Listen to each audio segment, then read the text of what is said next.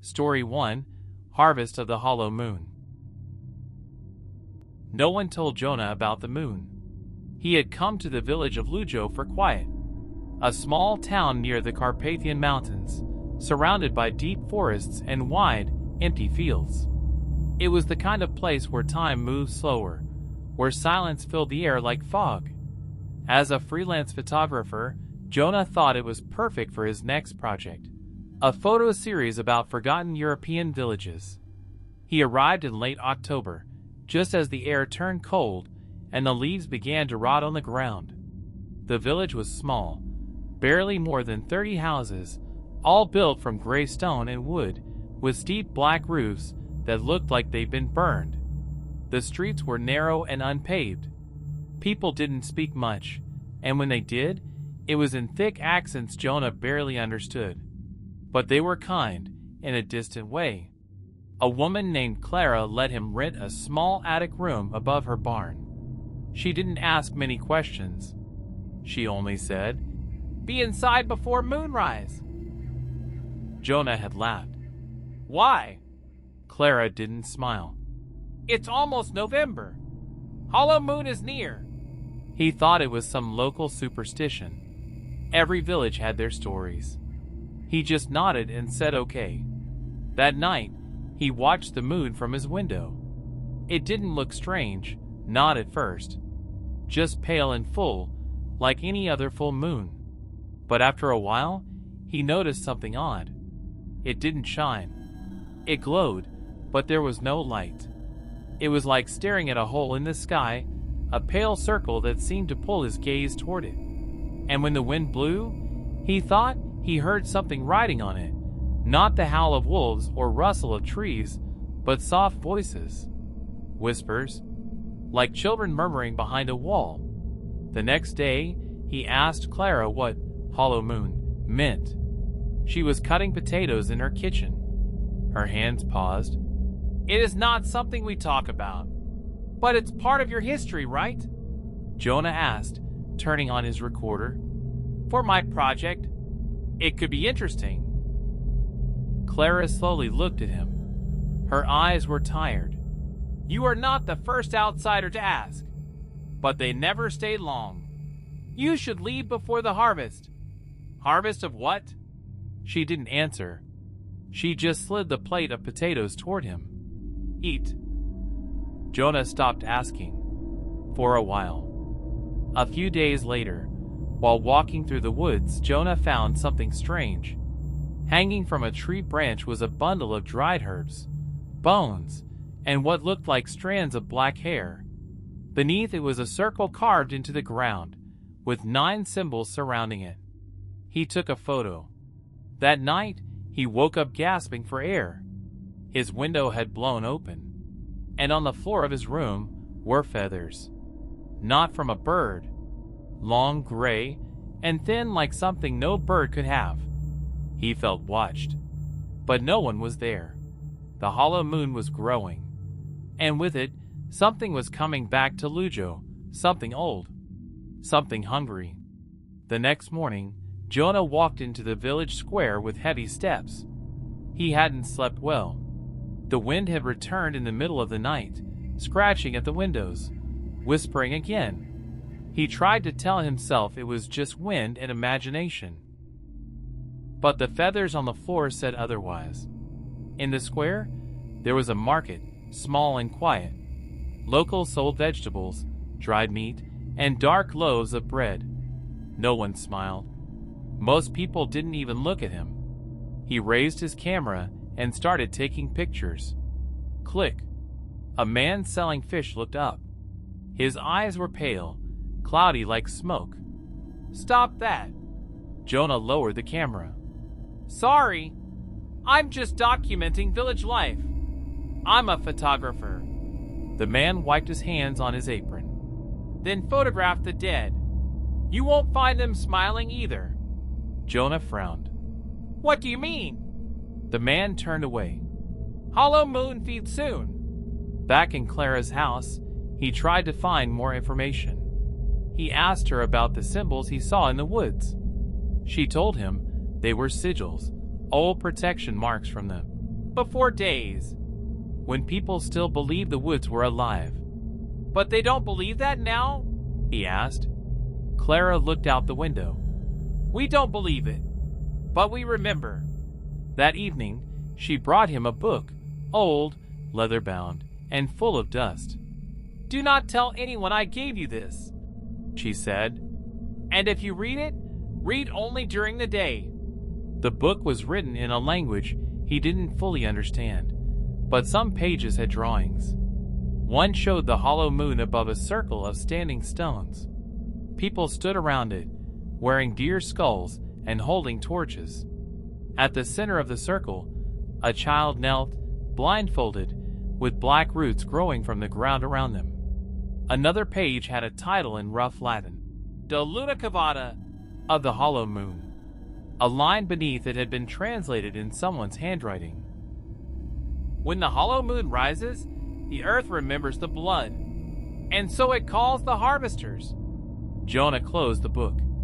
That night, the whispers came again, but this time they spoke his name. Jonah, Jonah. He sat up in bed, sweating. The room was cold. He grabbed his flashlight and moved to the window. The moon was higher now, wider, bigger, somehow emptier. It was like looking into the eye of something ancient and blind. Down in the field behind Clara's house, he saw movement. Shapes. People. No, not people. They moved like people, but their arms were too long. Their heads twitched too fast. They circled something on the ground. A shape, a small one. A child? Jonah blinked. They were gone. He told Clara what he saw. She didn't act surprised. There are 3 nights before the harvest, she said softly. Each night they take one. They?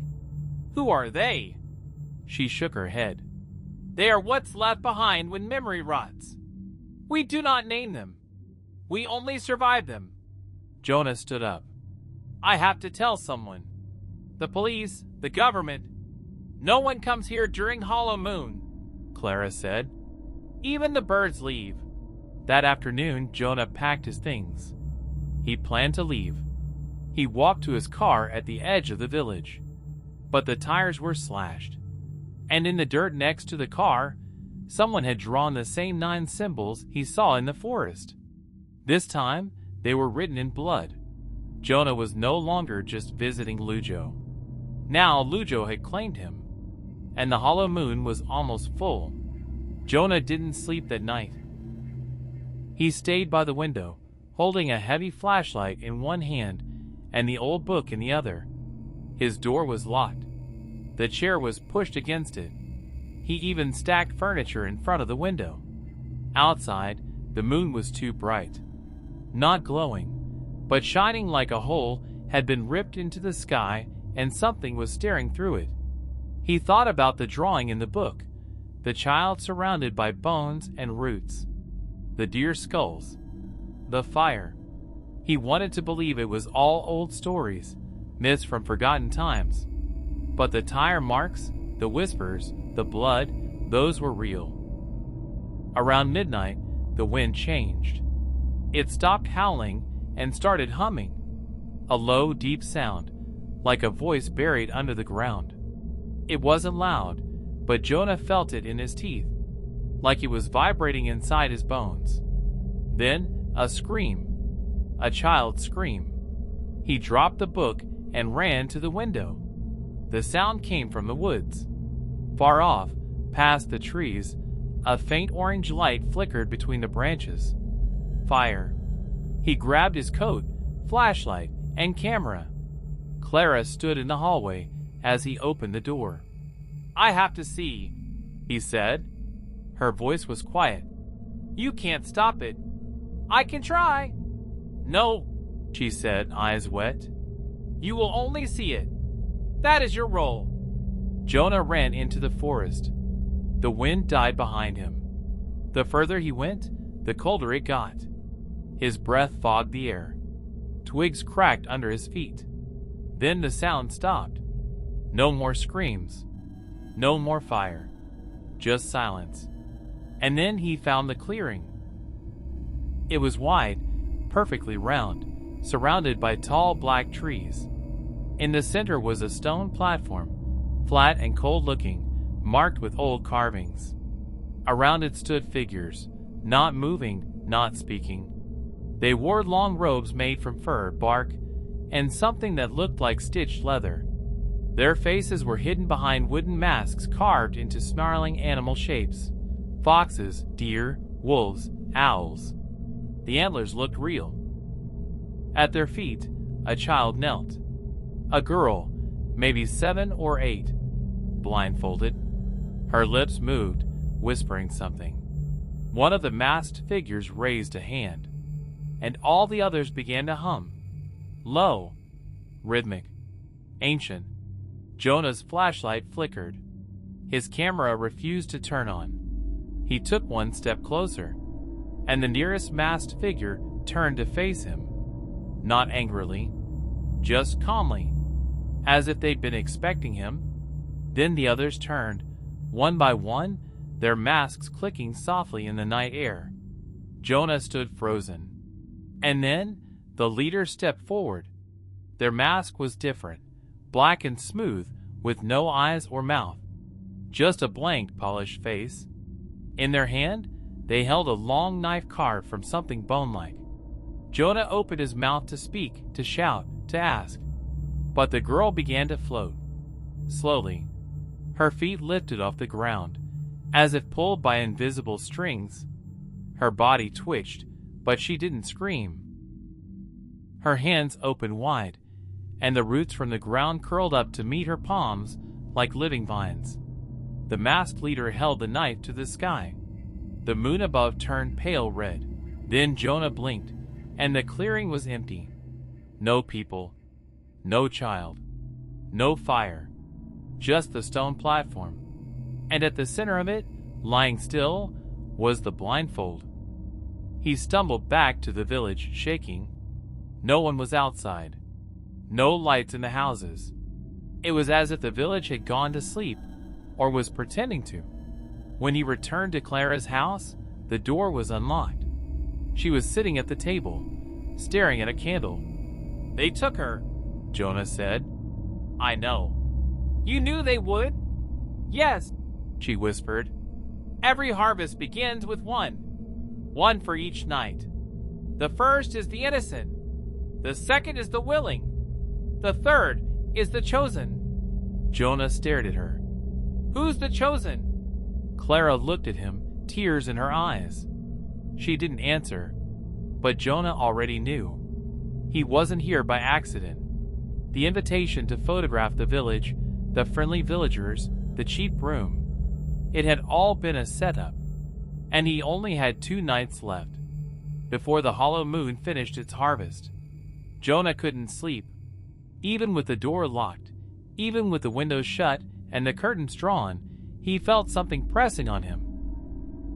Not from outside, but from within the house. Like the walls were listening. He sat on the floor, hugging his knees, whispering to himself, "They took her. I saw it. I saw her float." But the moment that haunted him most wasn't the floating girl or the leader's mask. It was the way all the masked figures had turned toward him, as if he belonged there, as if they had waited for him. At dawn, Jonah packed his bag. He grabbed the book, his broken camera, and a kitchen knife from Clara's drawer. His hands were shaking, but his mind was clear. He had to escape. If he could make it to the next town, he could get help. Police, news stations, anything. He walked fast, not running, trying to act normal in case anyone was watching. But the streets were empty. Too empty. He passed the church, doors locked. The school, windows boarded. And then he reached the village exit. There was a gate that hadn't been there before. Tall, wooden, sealed with thick iron chains and carved with the same 9 symbols. A large, red cloth was nailed to it. In blood, someone had written, "The harvest must be completed." Jonah backed away. That's when he saw the footprints. Small, barefoot, leading into the woods. He followed them. The trail led him deeper than he had ever gone before. The forest here was wrong. Darker, quieter, as if even birds refused to sing. Strange symbols were scratched into the bark of the trees, and small bones hung from strings above his head. Then he found a hut. Old, rotting, covered in moss. Smoke came from the chimney. He knocked. No one answered. He pushed the door open. Inside was a room lit only by candles. Bones hung from the ceiling like wind chimes. Herbs dried in bundles from every corner. And on the floor sat a woman, old, skin like dried paper, eyes white and cloudy. She didn't look up, but she spoke. "You are the chosen." Jonah froze. "How do you know?" "Because they brought you here.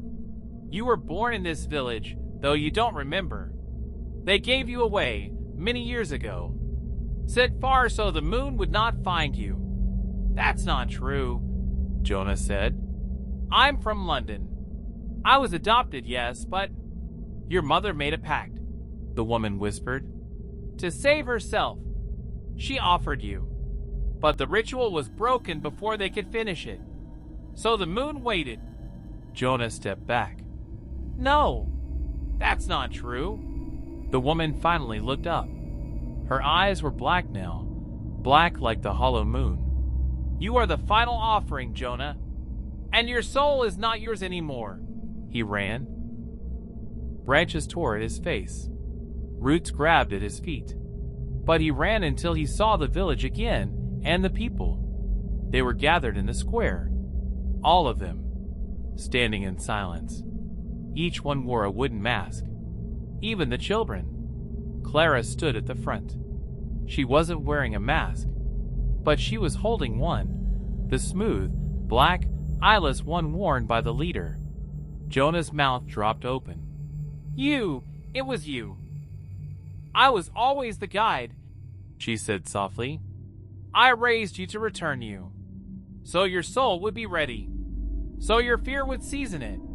Jonah fell to his knees. "Why?" he whispered. "Why me?" Clara stepped forward. Her voice cracked. "Because you are the only one born under it. The hollow moon marked you. It lives in you." Then, from behind her, a figure stepped forward. The one who had floated the girl. The masked leader. They lifted their mask, and Jonah saw his own face. A perfect copy, but hollow, pale, eyes empty. The thing smiled, and it spoke with his voice. "You ran far, but I was always just behind your eyes." Jonah screamed, but the villagers were already chanting. The moon turned black above them, like a hole burning through the sky. And as Jonah was pulled to the stone altar, screaming, clawing, begging, the other Jonah watched, smiling, ready to be whole. The stone altar was cold beneath Jonah's back. He was bound. Not with rope, but with roots that had slithered up from the cracks in the ground. They pulsed like veins, warm, alive. Above him, the villagers stood in a circle, all masked, all silent. The air was thick with smoke from black candles. Somewhere, a drum beat began, slow and steady, like a heart that had forgotten how to live.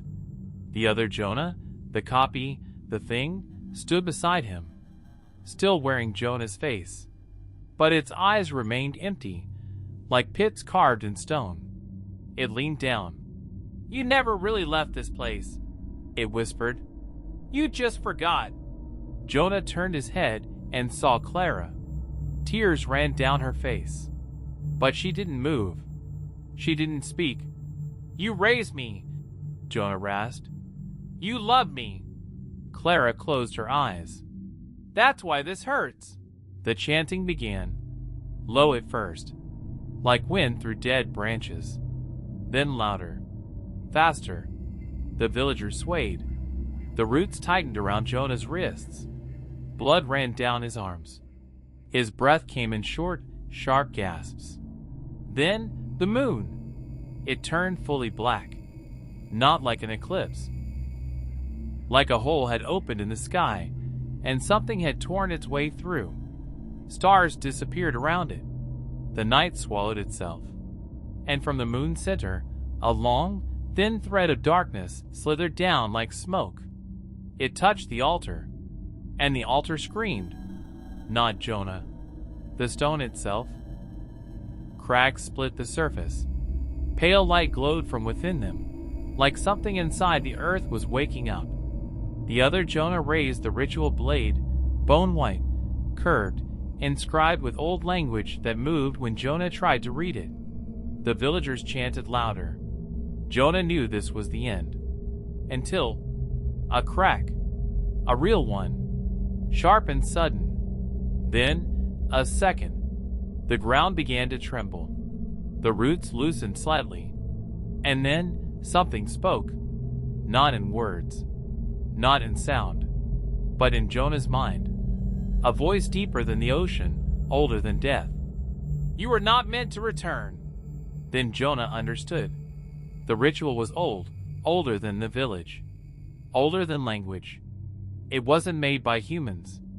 It was made by something beneath. The villagers thought they were feeding it. But they weren't. They were opening something. And Jonah was not the offering. He was the key. He screamed. Not in fear, in rage. He pulled against the roots, and they cracked like dry branches. The ground buckled. The altar split in two. The other Jonah turned, its smile cracking. You belong to me. Jonah grabbed the blade as the roots fell away. It burned in his hands, but he didn't care. He plunged it deep into the other Jonah's chest. No blood came out. Instead, light. Blinding white light. The false Jonah's body collapsed inward, folding like paper, screaming not in pain, but in confusion. The villagers dropped their masks. They were no longer chanting. They were screaming. The moon shuddered. The sky cracked. Lightning split the stars. The altar burst into flames. Jonah ran. Through the woods. Through the village. Everything behind him crumbled. Houses folded like sandcastles. Trees turned to ash. The black moon above began to twist, spiral, fall. And then, silence. He woke up in a hospital bed. Sunlight through the window. Real sunlight. He blinked. Machines beeped. A nurse smiled at him. You're lucky, she said. They found you outside the forest. Dehydrated. Delirious. Jonah tried to sit up. The village. Lujo. The nurse frowned. There is no village by that name in this region. You were found in the middle of an abandoned stretch of woods. He looked down at his arms. No cuts. No scars. No roots. But, in the palm of his left hand, a faint mark. A perfect circle. Hollow. Years passed. Jonah never spoke of what happened. He returned to London, left photography, tried to live normally. But every 13 years, when the moon turned wrong in the sky, he would hear whispers again, and the mark on his hand would start to bleed. Because some doors, once opened, never fully close, and some things still hunger beneath the hollow moon. Story 2: The Ninth Ashen Gate. The train slid into the station with a metallic groan. Lena North stepped onto the cracked platform, her boots crunching against gravel and old glass. The air smelled of rust and pine, heavy with the scent of rain that hadn't yet fallen. Above her, the sign read, Velskorn, PP 782. The paint was peeling. Half the letters were missing. She tightened her coat and slung her bag over her shoulder. No one had gotten off with her. No one was waiting on the platform. Even the ticket office was empty. Only the wind answered her arrival. Velskorn was small, far north, barely a pinprick on the map of Norway. An ancient town nestled between black mountains and deep fir forests, reachable only by one train a day and no train back. Lena was here on assignment. Not a tourist trip. Not a vacation. She was a folklorist, one of the last real ones, and had come to investigate a local legend that had barely survived outside the village borders, the Ashen Gates. She found a reference to it in a 17th century journal from a priest named Hallgard, who had written, "They sealed the 9th gate under ash and silence. May no man ever open it again." 9 gates. Only one remained. And Lena was here to find it. She made her way through the quiet village. The streets were narrow and empty. Stone houses leaned into each other like old secrets. Wooden charms hung from windows and doorways, symbols made of woven branches, painted bone, and something that looked like teeth. Children stared at her from behind shutters. No one smiled. Her lodging was a cold guest house at the edge of town. The owner, a pale woman in her 70s, handed her a key without a word. No welcome. No questions. Just a heavy iron key and a slow, sad nod. The room was small, sparse. The window looked out toward the forest, where a strange hill rose from the trees, black and ash-colored, like it had burned and never healed. That night, Lena dreamed of it. In the dream, she walked through a forest of dead trees. The sky above was gray and unmoving. At the center of the clearing stood a door, massive, carved into a wall of stone that pulsed like flesh. It was marked with runes she didn't recognize, and behind it, something breathed. Something huge and hungry. When she reached out to touch it, she woke up. Morning brought fog.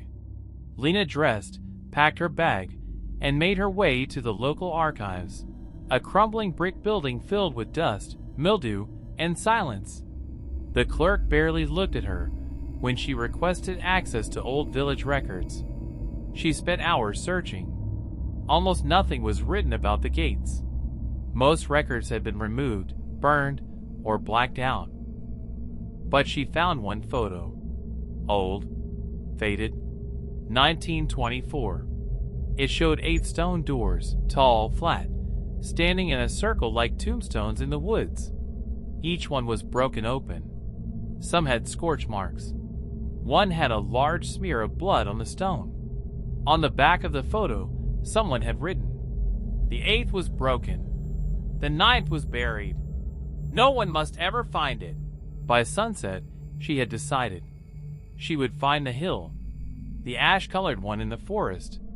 It matched the location marked on Hallgard's map, though the map was incomplete, almost purposely vague.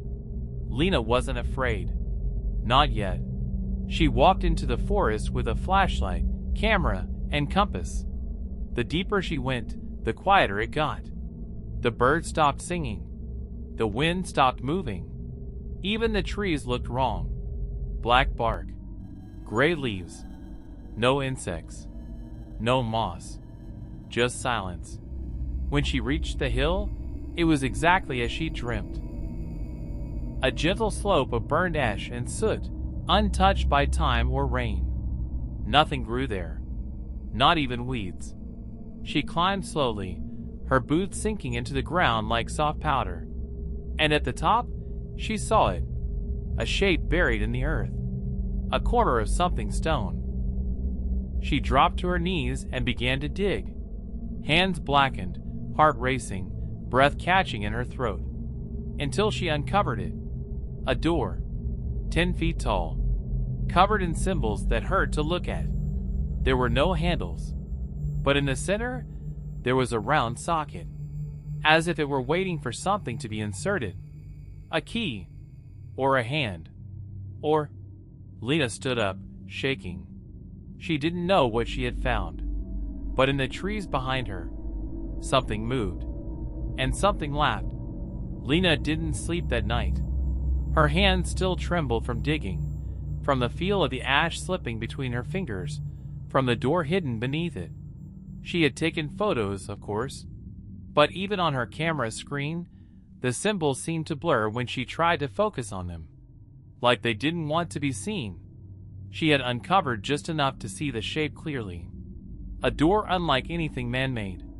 It had no hinges, no seams, no way to open it, except for the round socket in the middle. It had felt warm, as if something waited behind it, as if something knew she was there. The next morning, she went back to the village. People watched her, from windows, from alleyways. Old women gripped their necklaces. A group of teenage boys crossed themselves as she passed. Something had changed. They knew she had found it, and they were afraid. At the bakery, she tried to speak with the owner, a kind-eyed man named Mikkel, who had smiled at her on her first day. Now he only muttered, "Go back to where you came from. You stirred it." She pressed him. "What is the 9th gate? What's behind it?" He looked at her like she was already dead, then said quietly, "Ask the widow Helma. She was there when the 8th broke." Lena found the widow living in a small wooden house at the far end of town, nearly swallowed by trees. The yard was overgrown, full of dead flowers and hanging bones. The door was open. Inside, it smelled like smoke and old herbs. Widow Helma was almost 90, wrapped in thick wool shawls, her eyes milky with age and something deeper. She stared at Lena without blinking. "I thought you'd come," the old woman said. "You knew I would find it." "No, but the gate did. It calls only to those it chooses." Lena sat down across from her, her notebook ready. "What is it?" The old woman's lips trembled. "In the time before time, they came from beneath. Not demons, not gods, just others, cold, endless, and ashborn. We called them the Domlos, the nameless ones." Lena's breath caught. She had seen that word in the priest's journal. "They wanted to surface," Helma went on. "So mankind built the ashen gates to keep them below. 9 doors, 9 locks, each sealed with blood, bone, and fire. And now?" Lena asked. Helma looked toward the forest. 8 were opened by fools who thought they could use what's behind them. Each time, something came through, something small but deadly. Disease, war, madness, all from the cracks. Lena whispered, "And the 9th? Helma's voice dropped to a hiss. "The 9th was built last, buried deepest. It holds the worst of them. Not a fragment, not a whisper, but a whole one." "A whole what?" The woman didn't answer. Instead, she reached into a drawer and pulled out a small wooden box. She slid it across the table. Lena opened it. Inside was a stone, smooth, black, etched with the same strange rune from the door's socket. The old woman leaned close. "This is the key. Once inserted, the door cannot be closed again, unless a soul stays behind to shut it." That night, Lena dreamed again. The door stood before her, now fully uncovered. The socket glowed faintly. Something inside whispered her name, not from lips, but from thousands of tiny mouths behind the door. She heard a phrase again and again, like a lullaby. "Come open the ash. Come open the ash." She woke up screaming. She made a decision. She had to destroy the key. End this. She took the stone to the edge of the forest. The river there ran fast and deep. She wrapped the key in cloth, weighted with rocks, and stood above the current. But as she raised her arm, she froze. The sky above her twisted. Not clouds, shapes moving against the stars. Shadows with no form, no wings, no eyes, but watching, waiting. Her body wouldn't move. She tried to scream, but her mouth stayed shut. Something whispered behind her ear, It's already begun. You found the gate. Now you will finish it. When she finally moved again, she was standing in the forest, near the hill, near the gate. The key was still in her hand, and the door was open by an inch. Ash poured from the crack, like black snow. Lena stumbled backward from the door. Her heart thundered in her chest as she stared at the narrow gap, no wider than a finger. But from within that gap poured ash, fine and dark, floating like smoke. It didn't fall. It rose, like it was alive. Her legs refused to move. Every instinct screamed to run, but she couldn't look away. Deep inside that crack, behind the black stone, something was breathing. Something was watching her. Then came the sound, not a growl or whisper, but the soft creak of stone shifting. The gate pulsed once, like it had a heartbeat, then went still. And just like that, the forest changed. The air turned heavy. The trees no longer looked like trees. Their bark cracked open like skin. Their leaves drooped as if sick. A strange, constant humming began, low, like the vibration of buried bees. And from the woods around her, footprints. Not human. Three-toed, long pressed deep into the soil, walking in circles. She hadn't seen them when she arrived. They hadn't been there. But now, they surrounded her. She ran. Branches tore at her arms. The sky above was no longer blue. It was a strange, colorless haze, and the sun looked dim, as if smothered by a hand. She burst out of the forest and into the village just as the church bells rang. But no one was coming out. Windows were boarded up, doors locked. Smoke curled from chimneys, and not the kind from cooking fires. It smelled like burned hair and something worse. As she passed the square, she saw something she couldn't explain. A goat, nailed to the church door, its eyes missing, black ash oozing from its open mouth. Underneath it, carved deep into the wood, were the same runes she had seen on the gate. And worse, she saw movement inside the shadows of the bell tower. Something wrong. Something tall. She burst into Widow Halma's home. The old woman sat at her window, facing the forest. She did not turn when Lena screamed, "It's open!" Halma nodded slowly. "The key chooses.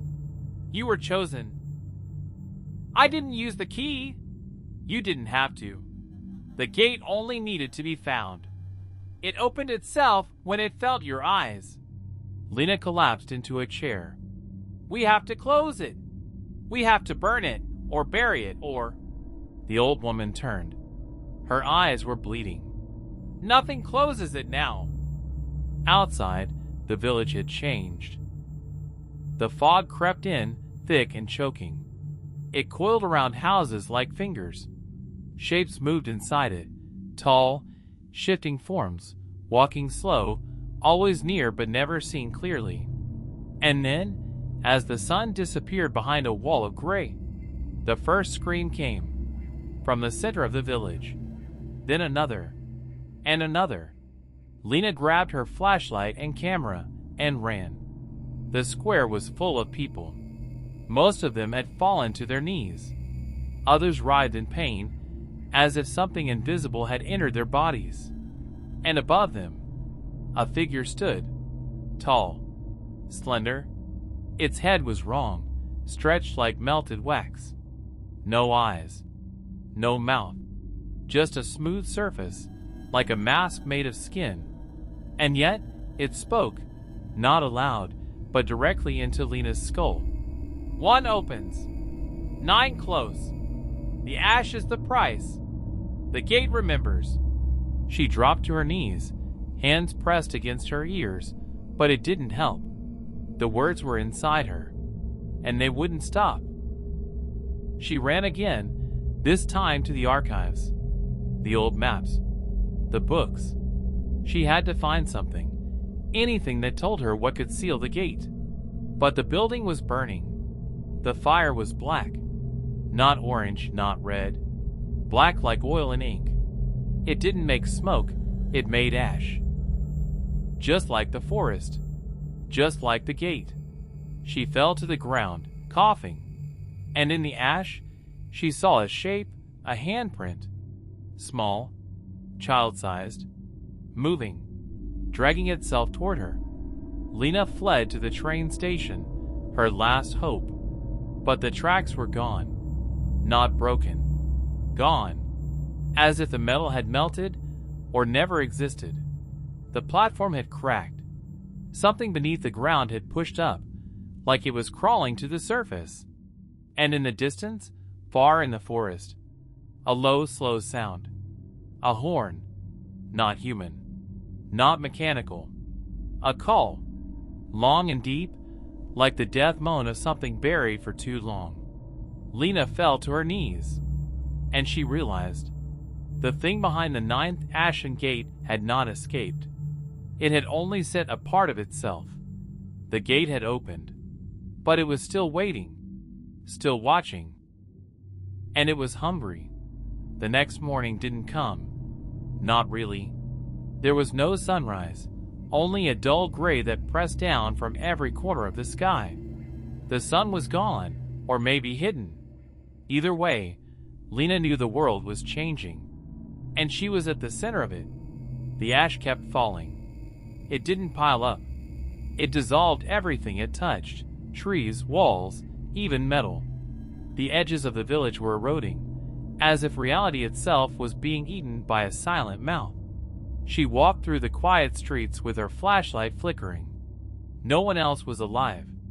Or if they were, they weren't human anymore. She returned to the gate. The forest had twisted. Trees bent in unnatural shapes. The dirt was no longer dirt, but a black sludge, and it hissed beneath her boots. The gate now stood wide open. No hinge. No crack. Just an endless tunnel of shifting black stone. The air inside shimmered like oil on water. Lena stood at the edge and whispered to no one, "What do you want from me?" And the answer came in her own voice. "We want your truth."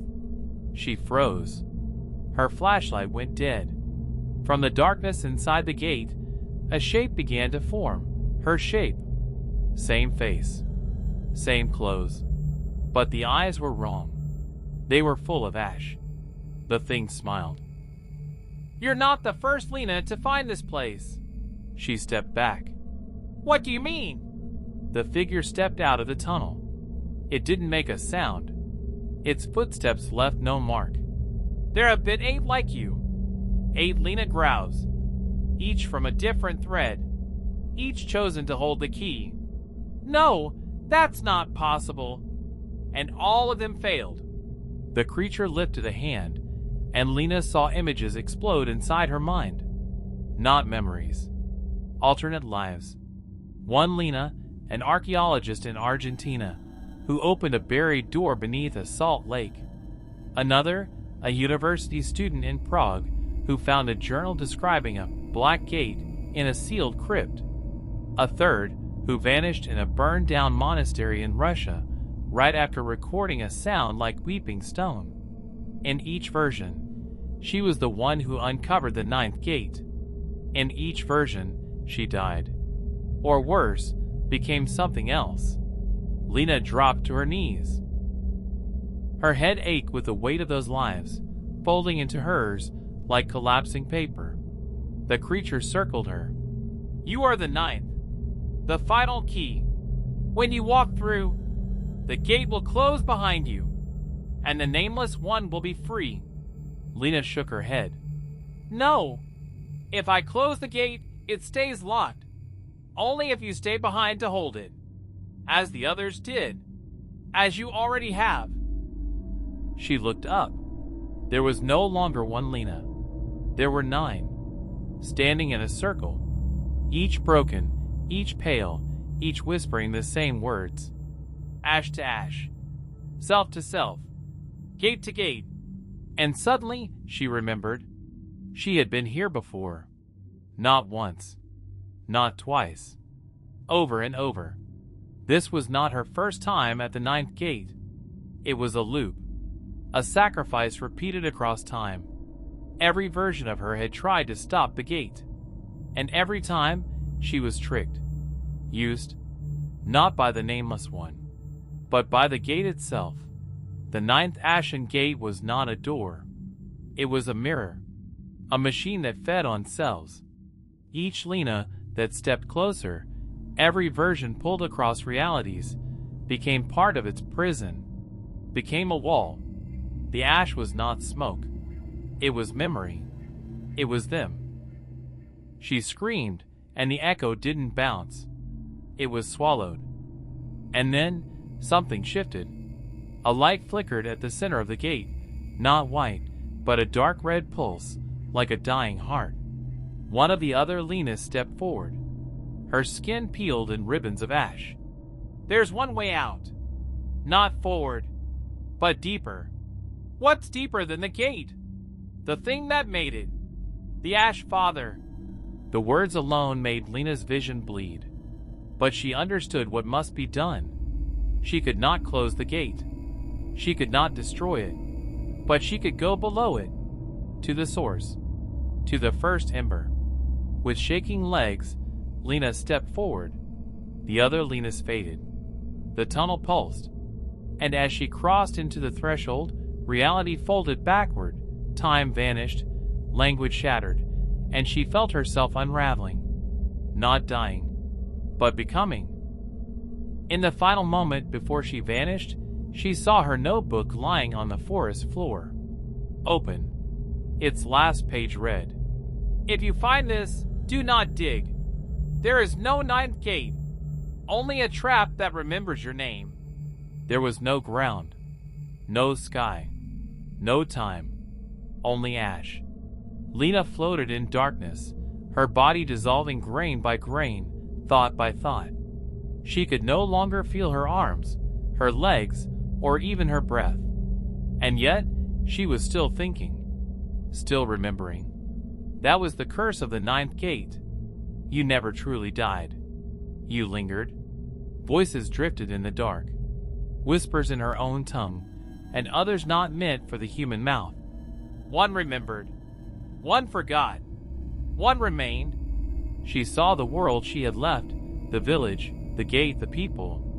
All of it wrapped in a black fog that crawled like smoke with legs. She saw others too. Other worlds. Other gates. And then, she saw him. He rose from beneath her like a mountain of moving ash. He had no face. No bones. No limits. His body stretched through the void like a root system of rot, curling through dimensions like veins through flesh. The Ash Father. He was not evil. He was not angry. He was empty. And in his emptiness, he hungered.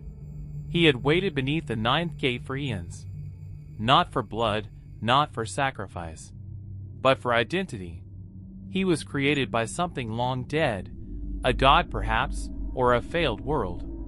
And now, he fed on the one thing he lacked, self. And Lena was the final piece. She tried to run, even though she had no feet. But the Ash Father didn't chase her. He spoke inside her, pulling from every version of her across the multiverse. You are not one. You are 9. A perfect shard. We offer you a throne. Not of gold, but of forgetting. Images flooded her. A version of her becoming a gatekeeper, eyes hollow, standing forever at the edge of dimensions. Another, burning alive, as a ritual to seal him, only to return years later as something else. One where she never opened the gate, and the world ended anyway. There was no winning, only delay. Unless she made a different choice. Lena reached into herself. Not metaphorically, she literally pulled her hand into her chest, into the center of her being. Inside, she found not a heart, but a seed. A black, smoldering ember. The first ash. The core of the curse. She screamed and crushed it, and everything changed. The Ash Father recoiled.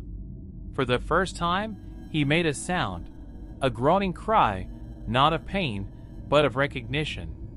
She had done what none before her dared. She had destroyed herself. Not just her body, her entire essence. In that one act, she robbed the gate, and the god behind it, of their final anchor to this world. The ash howled and turned to light. The gate cracked, then shattered. And then, silence.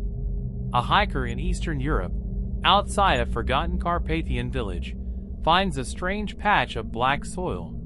There are no trees. No life.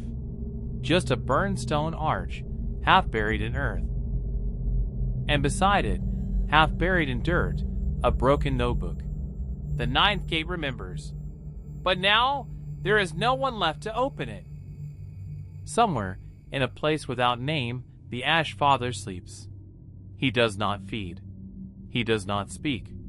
And in his sleep, he dreams. A girl with no face. A village with no time. And a key that no longer exists. But the dream grows. Because even forgotten things can wake. And when they do, they are hungry. Story 3, Wysower Wood Covenant. It was a town that no one talked about, not for decades. The kind of place where every road seemed to curve back into itself, where the fog clung to the trees like it had nowhere else to go.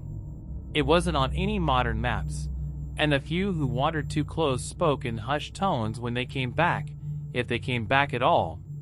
This was Whisperwood. Nestled in a valley beneath towering, ancient pines, it seemed like a place caught in time, somewhere between the present and something far older. Its people, strange and quiet, didn't greet outsiders with the warmth expected in the rural corners of Europe. They watched, but never welcomed. Their eyes always seemed distant, as though they were looking at something else, something beyond this world. The town had a history that was never taught in schools. No one outside of Whisperwood knew about the Covenant. Even fewer knew that it had been renewed every year, on the night of the harvest moon, when the ground was rich with decay and the air tasted of secrets. Lena Carter didn't know any of this when she first arrived. A journalist for a small-time publication back in London, Lena had grown tired of writing the same boring reports about politics and crime. So, when an old letter came to her office, an anonymous tip about a mysterious event taking place in Whisperwood, and an invitation to witness the truth, she couldn't resist. She had heard of the town before in passing. A few rumors from other travelers, whispers on forgotten forums. But there were never any solid facts.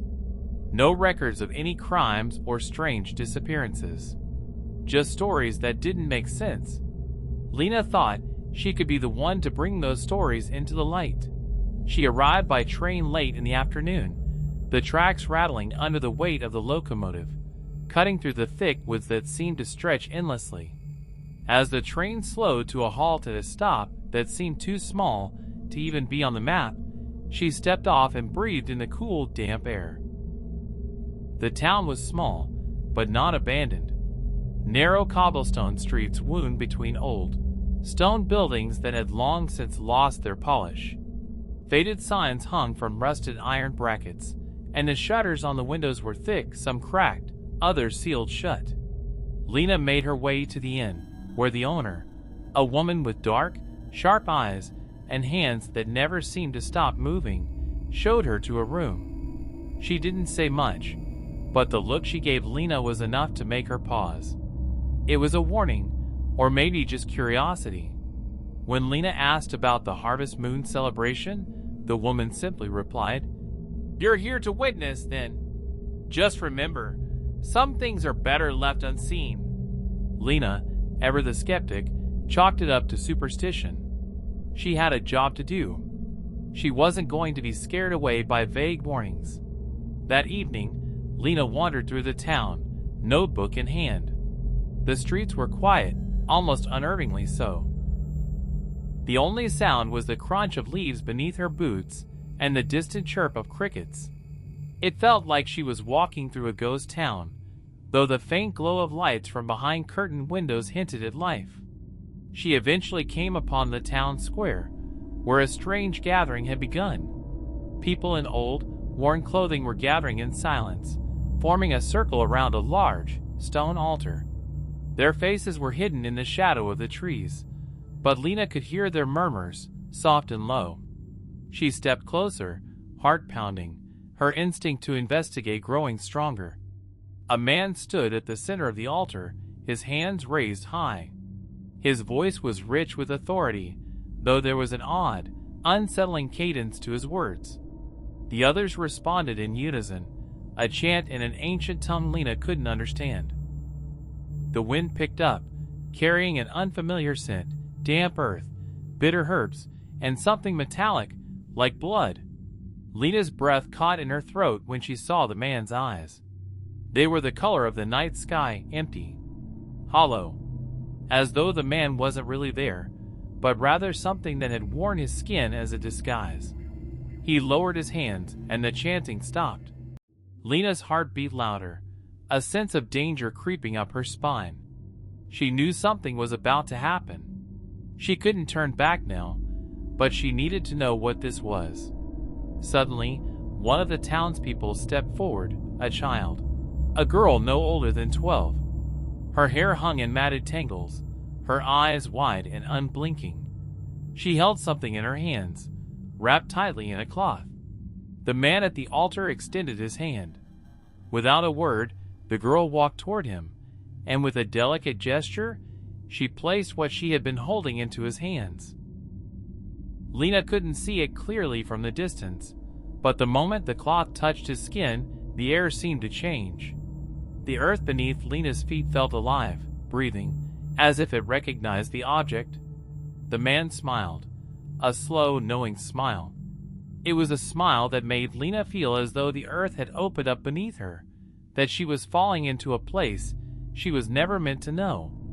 He whispered something too soft for Lena to hear, but the others responded again in unison. They were no longer just words. It was a song, a prayer, a covenant. The ground rumbled, and the sky above the square darkened. Lena's fingers shook as she gripped her notebook. What was happening? What had she stumbled upon? She turned to leave, but as she did, a cold hand clasped around her wrist. She whipped around, her heart in her throat, but no one was there. She looked back toward the altar. The people were gone, vanished into the night, as if they had never been there at all. But the altar remained, and the altar was not empty.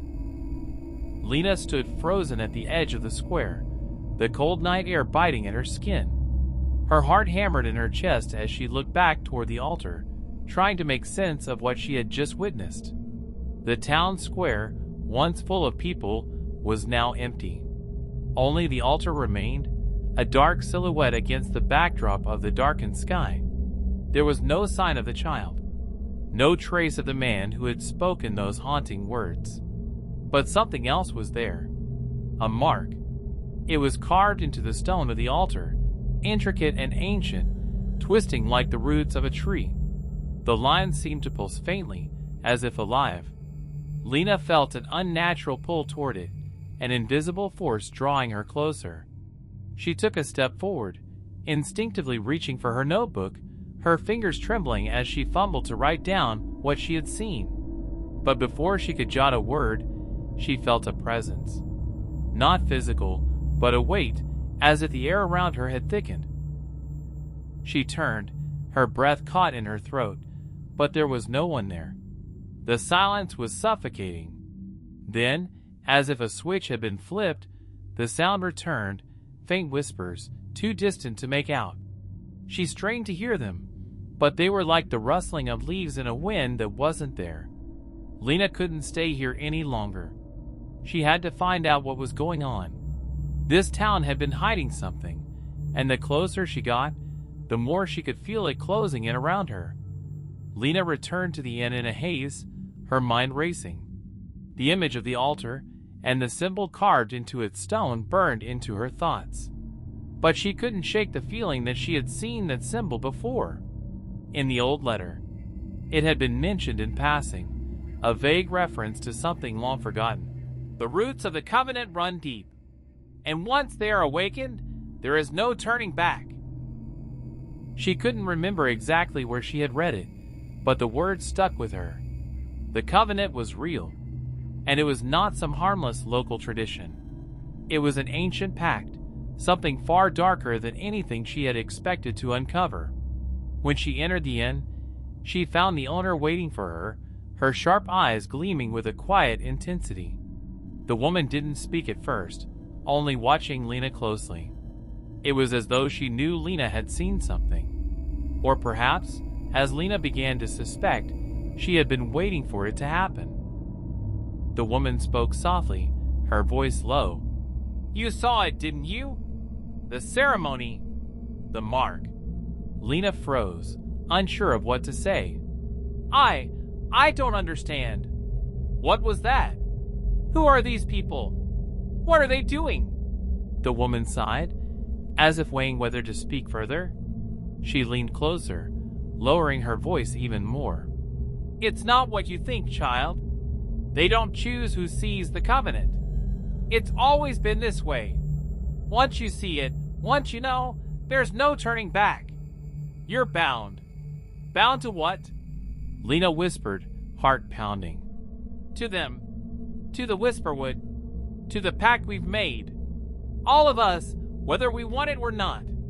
Lena's stomach twisted. What do you mean, bound? What do you do? What is the covenant?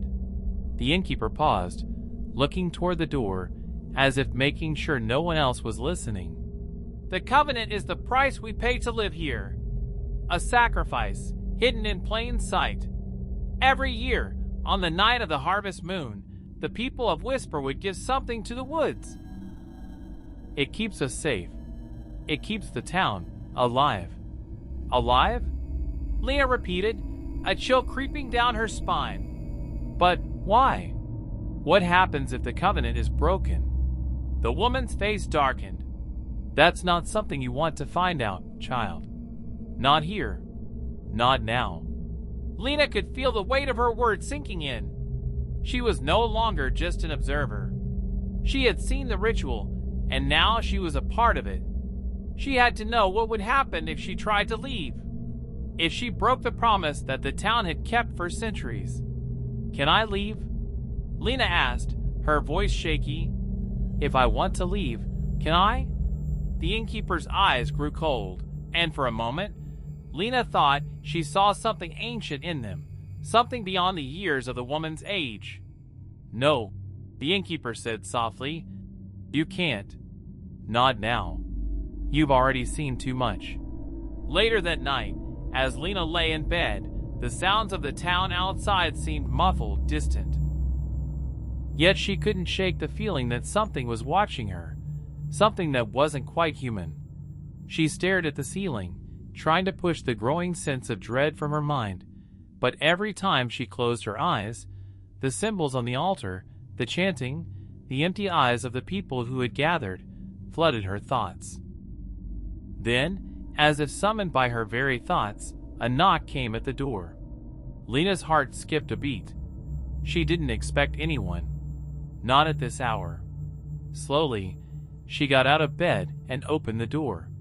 Standing there was the innkeeper, her face pale and her hands trembling. She stepped inside without asking, closing the door behind her. You need to listen to me, Lena, the woman said, her voice urgent. You don't have much time. You must leave before the dawn. Lena frowned, confused. What do you mean? I don't.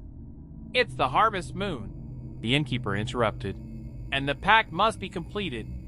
You are the one who has seen the mark. You are the one who will complete it, unless you run. Lena's blood ran cold. What are you talking about? The woman stepped closer, her eyes locking with Lena's. They are waiting. And if you don't finish the ritual, the Whisperwood will come for you. Lena's mind raced. The Whisperwood? What was she talking about? Who are they? What is happening? The innkeeper's lips trembled as she whispered, "The woods never forget." The air was thick with the scent of damp earth as Lena stepped out of the inn, the pale moonlight casting long, eerie shadows across the cobblestone streets. Her pulse quickened as she glanced at the innkeeper, who stood at the door, her eyes wide and full of something Lena couldn't quite place, fear, urgency, or maybe even both. "You don't understand," the woman whispered, as if speaking louder might invoke something worse. "You cannot stay here. You need to leave now." Lena's thoughts spun wildly. She had so many questions about the covenant, about the ritual, and why it was all tied to the harvest moon. But more than anything, she couldn't shake the feeling that time was running out. "I don't even know where to go," Lena muttered. "I can't leave the town, can I?" "No," the innkeeper answered, her voice cracking. "The Whisperwood, the trees, the land, will not let you leave once you've seen it. Once you've been chosen, there is no way out." Lena took a deep breath, trying to steady her shaking hands. "Chosen? I don't want to be a part of this. I don't want any of this." The innkeeper stepped closer, lowering her voice even further. "The trees don't care what you want. They never have." Lena's mind raced. What had she gotten herself into? She had only wanted a story, to write something that would bring her fame, to get away from the monotony of her usual work. Now, she felt like she was standing on the edge of something she couldn't understand. As the night wore on, Lena wandered through the dark streets, her eyes darting nervously at every creak and rustle in the air. The town seemed even more unsettling after her conversation with the innkeeper. It was as if the walls themselves were alive, listening, waiting. She needed to get out. But where could she go? The moment she had stepped out of the inn, the town had seemed different. The air was charged, as if the very earth beneath her feet was holding its breath. She could feel something unseen following her, an invisible presence, lurking just beyond her sight. Lena paused in front of a small, crooked cottage. Its windows were black, like empty eyes, staring into the night. She had passed this house before, but now something about it felt off. There was a faint glow coming from within, a flicker of candlelight through the cracks in the wooden shutters. She had to know what was inside. Lena approached cautiously, her footsteps muffled by the thick fog that had rolled in from the woods. She reached for the door, but before she could touch the knob, a voice called out from behind her. "Don't go in there!" Lena spun around, her heart thundering in her chest. It was the innkeeper again, her face pale and strained, as if she had been running. "Why not?" Lena asked, her voice trembling. The woman shook her head, her eyes flicking nervously to the cottage. "Because the woods don't just watch the town, they watch that house too. The people there, they belong to it. And if you step inside..." Lena frowned. "What do you mean? What happens if I step inside?" The innkeeper swallowed, her lips trembling. "It's not just a house. It's a vessel. A place where they make bargains, where the covenant is renewed." Lena's confusion deepened. "Who are they? What do you mean by bargains?" But the innkeeper was already shaking her head, eyes wide with terror. "You don't understand. You cannot go there. Not now. Not during the harvest moon." Lena was about to ask more questions, but before she could speak, the sound of a door creaking open interrupted them. A figure stepped out of the cottage, silhouetted against the flickering candlelight inside. It was a man, tall and thin, with dark hair that seemed to shimmer in the dim light. His eyes glowed faintly in the darkness, like pale embers. "You've been warned," the man said softly, his voice smooth as silk. "But now that you've seen too much, you have no choice." Lena's blood ran cold. "What do you mean, no choice?" The man smiled, a slow, knowing grin that made Lena's skin crawl. "You've already been marked, Lena Carter. You can't escape the Whisperwood now. It's part of you. just as it's part of us. Lena felt her throat tighten, as though the very air was pressing against her chest. She didn't understand. How could she be marked? She hadn't done anything to deserve this. But she knew deep down that they were telling the truth. Something had changed the moment she'd arrived in Whisperwood. She could feel it in the way the trees watched her, in the way the shadows seemed to grow longer as the harvest moon approached. The man stepped forward, his eyes never leaving hers. "Come with me," he said, his tone almost gentle. "It's time for you to see the truth." Lena followed him, the innkeeper's warnings echoing in her mind. But there was something in the man's voice, something hypnotic, that kept her from turning back. Every step she took seemed to pull her deeper into the web, closer to whatever dark secret the town was hiding. They reached the edge of the forest, where the trees stood like towering sentinels, their branches twisting into strange, unnatural shapes. Lena could hear the wind moving through the leaves, but it didn't sound like wind. It sounded like whispers. The man stopped in front of an ancient oak tree, its bark gnarled and twisted. A low, rumbling sound came from the ground beneath them, and Lena felt a tremor in her bones. The earth seemed to be alive, shifting beneath her feet. "Here," the man said, turning to face her. "This is where it begins. This is where the covenant was forged." Lena stared at the tree, her heart racing. She wanted to run, to scream, but she couldn't move. Something held her there, anchored to the spot. The man's grin widened. "Now, you will see what happens when the Whisperwood chooses someone." Lena stood motionless as the man's grin stretched wider, his pale eyes glinting in the moonlight like shards of glass. The whispers around her grew louder, merging with the wind that rushed through the trees. The air felt thick, as if the very atmosphere had turned oppressive. The earth beneath her feet seemed to pulse with a rhythm that was not quite natural. She tried to step back, but the ground felt heavier with each movement, as though the earth itself was trying to hold her in place. What is this?" Lena gasped, her voice shaking. "What do you want from me?" The man did not answer immediately. Instead, he raised a hand to the twisted tree, placing his palm against its gnarled bark. The moment his skin touched it, the tree seemed to shudder. The air around them thickened, and Lena felt an icy chill settle deep in her bones. She could hear the roots of the tree creaking beneath the soil, as if they were awakening from a long slumber.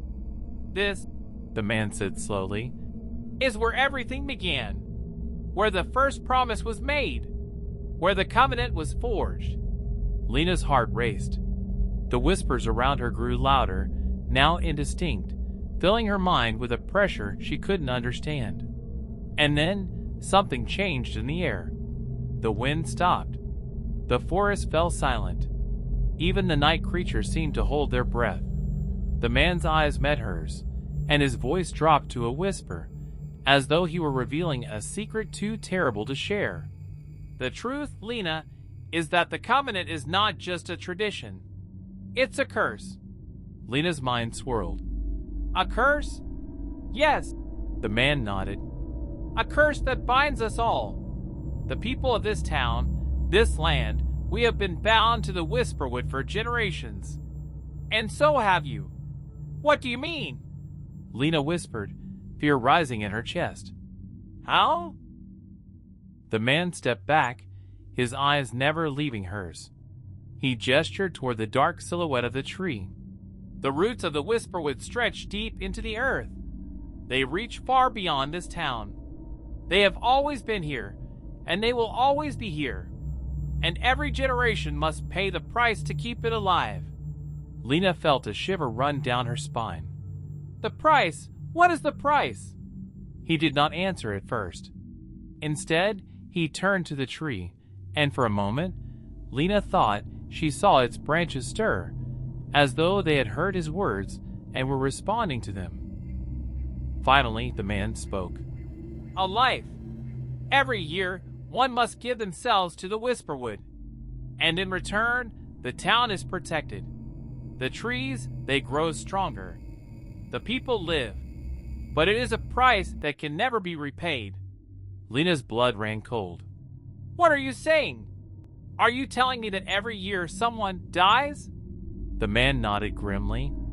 Yes, but not just anyone. The one chosen is the one who sees the mark, the one who bears witness to the truth.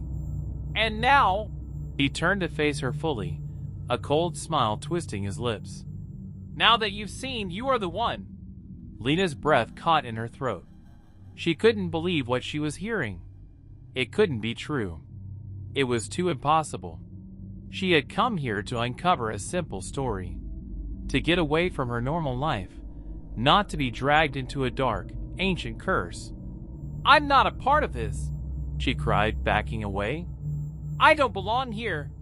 The man stepped forward, his eyes glowing with an eerie intensity. Oh, but you already are.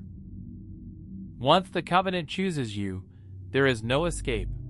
The forest owns you now. Lena stumbled back, her mind racing. What do you mean it owns me? What does that even mean? Before the man could answer, a sudden crack split the silence. Lena turned to the tree.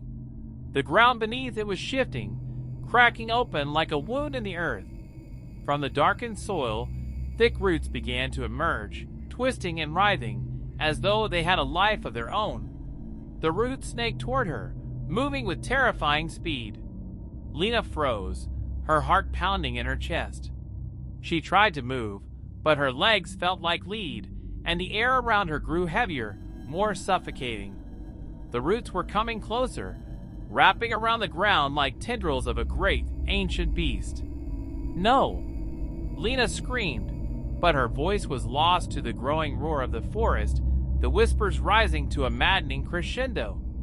The roots began to close in, encircling her legs, tugging her toward the tree. In a panic, Lena tried to pull herself free, but the roots tightened their grip, their strength far greater than any human force. She was being dragged closer to the heart of the tree, and she knew deep within her soul that if she didn't get free, she would be lost forever. And then, just as the roots reached her waist, she saw something that made her blood run cold. A face. Not a human face. It was a twisted, grotesque face, formed from the bark of the tree itself. Its eyes glowed with a faint, otherworldly light, and its mouth opened in a silent scream. The face seemed to be staring directly at her, as if it recognized her, as if it knew her. Lena screamed again, but this time, the sound was not her own. The scream echoed back at her, a cacophony of voices coming from every direction. The forest was alive, and it was calling for her. Lena! Lena! The voices whispered her name, 1,000 whispers blending together into a single, terrifying chorus. They were the voices of those who had been chosen before her, those who had given their lives to the Whisperwood. And now she was one of them. Suddenly, with one last, desperate surge, Lena tore herself from the roots. She fell back, gasping for breath, her heart pounding in her ears. The man watched her with cold eyes, unmoved by the chaos around them. You can't run, he said softly. You've already been claimed. But Lena was not listening. She stumbled to her feet and turned, sprinting into the woods. She didn't know where she was going. She didn't care. All that mattered was getting away from the forest, away from the voices, away from the Covenant. Lena ran. She didn't look back, not once, as her feet pounded against the soft, uneven ground. The forest around her seemed to close in, the trees looming like dark sentinels, their twisted branches reaching out to grab her. The whispers were growing louder, more frantic, clawing at her mind. Run! They screamed, but there was no escape. Her breath came in ragged gasps, as the cold night air burned her lungs. The trees seemed to shift, the path twisting and turning in unnatural ways. The world was no longer a place she recognized. It was a maze, a labyrinth of shadows and creeping roots, all designed to keep her trapped. She could feel the pull of the forest, the way it sought to draw her in, to claim her. Lena's heart hammered in her chest. She couldn't stop. She wouldn't stop. But then she heard it. A crack of branches. The sound of something moving behind her. Fast, too fast. Lena dared to glance over her shoulder. A figure emerged from the shadows, its form tall and hunched, its limbs stretching unnaturally long. It wasn't the man from earlier. This was something worse. This was something ancient. The figure's eyes glowed a sickly yellow, its mouth contorted into a grotesque grin. It moved with inhuman speed, its body seeming to glide through the trees, closing the gap between them in an instant. Lena's pulse quickened. She could feel it. The creature was hunting her. Panic surged through her, but she pushed forward, running faster, her legs burning with every step. She needed to reach the edge of the forest. She needed to find a way out. The ground beneath her feet seemed to shift again. A dark shape rose from the earth, a massive root, curling up like a serpent, blocking her path. She stumbled, her foot caught, and she crashed to the ground, scraping her hands against the rough bark. Before she could recover, the creature was upon her, its clawed hands reaching out, pulling her into the air. Lena screamed, the sound echoing in the silence of the night. The creature's grip tightened around her waist, lifting her like a ragdoll. She struggled, kicking and thrashing, but it was useless. The creature was too strong. No! Lena cried, her voice barely a whisper. Please! Let me go! But the creature didn't answer. Instead, it tilted its head, its glowing eyes fixed on her face as if studying her. There was something almost familiar in its gaze. Lena's blood ran cold. It wasn't just hunting her. It was choosing her. The creature's lips parted, revealing rows of jagged teeth. The covenant is complete. It hissed, its voice low and raspy, like the rustling of dry leaves. Lena's heart froze as realization hit her. The forest wasn't just trying to claim her. It had already claimed her. The roots that had pulled her in, the creature that had stalked her, they were all part of the same covenant. This was the price. This was the curse. Lena's body trembled. No, she whispered again, her voice breaking. I don't want this. I don't belong here. The creature's yellow eyes narrowed, its grin widening. You are here. You've always been here. Lena's world spun as the creature's words sank in. There was no escape. There had never been a way out. She was not a stranger to this place. She was chosen, just like the others before her, just like the ones who had disappeared into the forest over the years. She felt something stir inside her, a deep, ancient power that pulsed through the roots, through the trees, through the very soil of the forest. She could hear the whispers again, this time clearer than ever. Join us, they whispered. Become one with us. The words clawed at her, the truth wrapping around her like chains. She had seen it all. She had crossed the line that no one could uncross. The covenant was not just an old ritual. It was an eternal cycle, a binding agreement that kept the Whisperwood alive, that kept the curse in motion. And now, it was her turn. Lena's heart pounded in her chest as she felt herself being pulled toward the roots, toward the tree at the center of it all. She could see it in the distance, its massive trunk rising above the other trees, the eerie, twisted face staring down at her, waiting. She was falling into the trap. She was being consumed by it. No!